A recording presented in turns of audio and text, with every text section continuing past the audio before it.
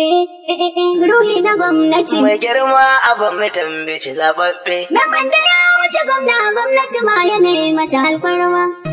Kana tare da Adamu Abdullahi Suleiman Bichi. Muna gudanar da bada tallafi na empowerment ga matasa da dattijai da 'yan mata da tsofaffi a wannan gari na mai albarka na karamar hukumar Bichi. Mun zabo daga cikin mabukata wanda suka fi kowa bukata a cikin wannan karamar hukuma tamu. Kamar yadda wato jagoran mu mai girma Abubakar Abba Kabir Bichi yake yi shine na duba waɗanda suke da bukata na musamman domin a tallafa musu. Mun ba su shawara cewa su yi amfani da shi wurin jari, wurin inganta kansu. Insha Allah kamar yadda shi mai girma memba wato shugaban kwamitin kasafin kuɗi na majalisar tarayya injiniya Abubakar Kabir Abubakar Bichi Fes kenan. Kamar yadda yake faɗa kullun cewa idan aka baka kai ma ka bayar. Kullun a haka muke. A matsayina na wanda ya bawa aikin yi a karamar hukumar Bichi tunda ba ni kadai ya bawa ba. Muna nan da yawa mun kai akalla ba kasar ba ko mun haura mu 80 a ɗan shekarun nan da yi 4 zuwa 5 kowa ya sani. So a cikin mu ne na duba cewa dan abin da Allah ya bamu da kuma amfani da maganar da yi na cewa ranar da ibamu na rike appointment letter ta a hannu yace a taimakawa na ƙasa. To shine naga dacewa cewa in dauko wannan tagomashi in kawo shi wato karamar hukumar Bichi mahaifata kenan. Abba shike faɗa aji, shike da Bichi, shi zai ce ga yadda zamu duk wanda yace mu dauko mu zaba shi zamu zaba. Ba mu da abin da zamu ce da shi sai dai Allah ya saka da alkhairi domin duk wanda kai wa alheri yana so ka saka mishi da alkhairi. Ina fatan cewa ƴan uwana waɗanda Abba ya bawa aiki domin su ƙara kaimi wurin tallafawa jama'a na ƙasa da su. Sunana Abdullahi Mahmud Abbalo SSA photographer na Honorable Member Chairman Appropriation kuma wakili na mai girma babban PA Zaraddin Kabir a wannan waje. To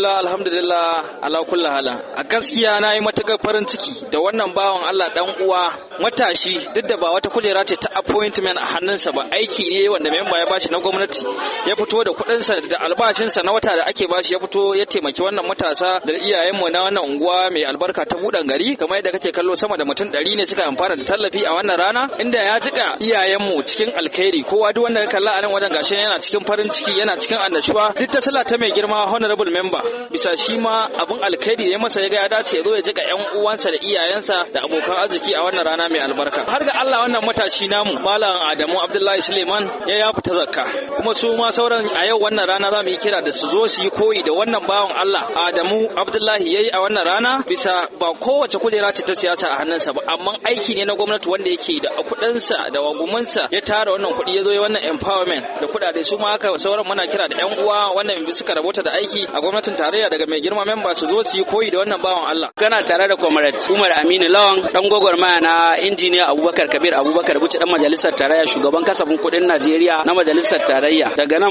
buɗan gari. Alhamdulillah yau muna cikin farin ciki saboda akwai wani dan gwagwarmaya dan uwanmu yayanmu wanda injiniya Abubakar Kabir Abubakar dan majalisar tarayya a cikin matasan da yake dubawa ya bawa aikin yi, wanda shine zan iya cewa mutum na farko wanda ya fara yin wani abu na bajinta domin ya taimaki al'umma. Ya zo ya tara mutane yan unguwarsa maza da mata, tsofaffi da matasa domin ya tallafa musu da jari da abin da su ma kamar yadda memba ya taimake su ya ba su aikin yi, suka nuna kishi, suka tabbatar mana da cewa memba fa ya ba su aiki ne domin su taimaki al'umma ba wai su ci su kadai ba. Wannan abu ya ƙara haska mana cewa memba fa dan mutane yake yi. Kuma wannan matashi Adamu Abdullahi Bichi wanda memba ya bashi aiki a ma'aikatar wuta ta gwamnatin tarayya ya nuna abin ayaba, kuma ya nuna cewa yes memba ya bashi aiki dan ya taimaki al'umma. Wannan haka saboda haka mutanen buɗan gari muna godiya. Sunana Asabe Muhammad ta gagawa Bichi. Gaskiya masha Allah mun gode wa injiniya, Allah ya saka da alheri, Allah ya sa yi mana gwamna. Tunda sanadin shi wannan yaro ya ba mu ta gomashin arziki wanda muke alfahari da shi, wanda mu ma muna so waɗanda su ya ɗebe su irin su da Allah ya su kamanta su ma su yi irin haka. Tunda masha Allah wanda ya kwana biyu bai zo Bichi ba wallahi ya zo sai ya makuwa, saboda ba abin da za mu ce wa injiniya sai dai mu ce Allah ya saka da alheri.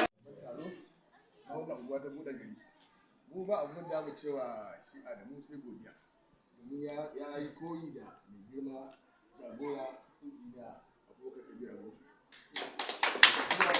Irin wannan muke so matasa su yi da ba ka samu alherin ka ba da kai sai yanka,